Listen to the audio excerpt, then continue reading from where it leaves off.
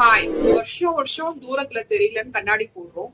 ஆனா பவர் ஏறுதே தவிர குறைய மாட்டேங்குது அப்படின்னு நினைக்கிறீங்களா? நார்மலா சிங்கிள் விஷன் லென்ஸ் இருக்க ஸ்பெக்ஸ் நம்ம போடும்போது சென்டர் பார்ட்ல இருக்கிறது மட்டும் கரெக்டா நம்ம ஸ்கிரீன்ல போய் ஃபோக்கஸ் ஆகுது. அதனால நம்மளுக்கு நல்லா தெரியுது.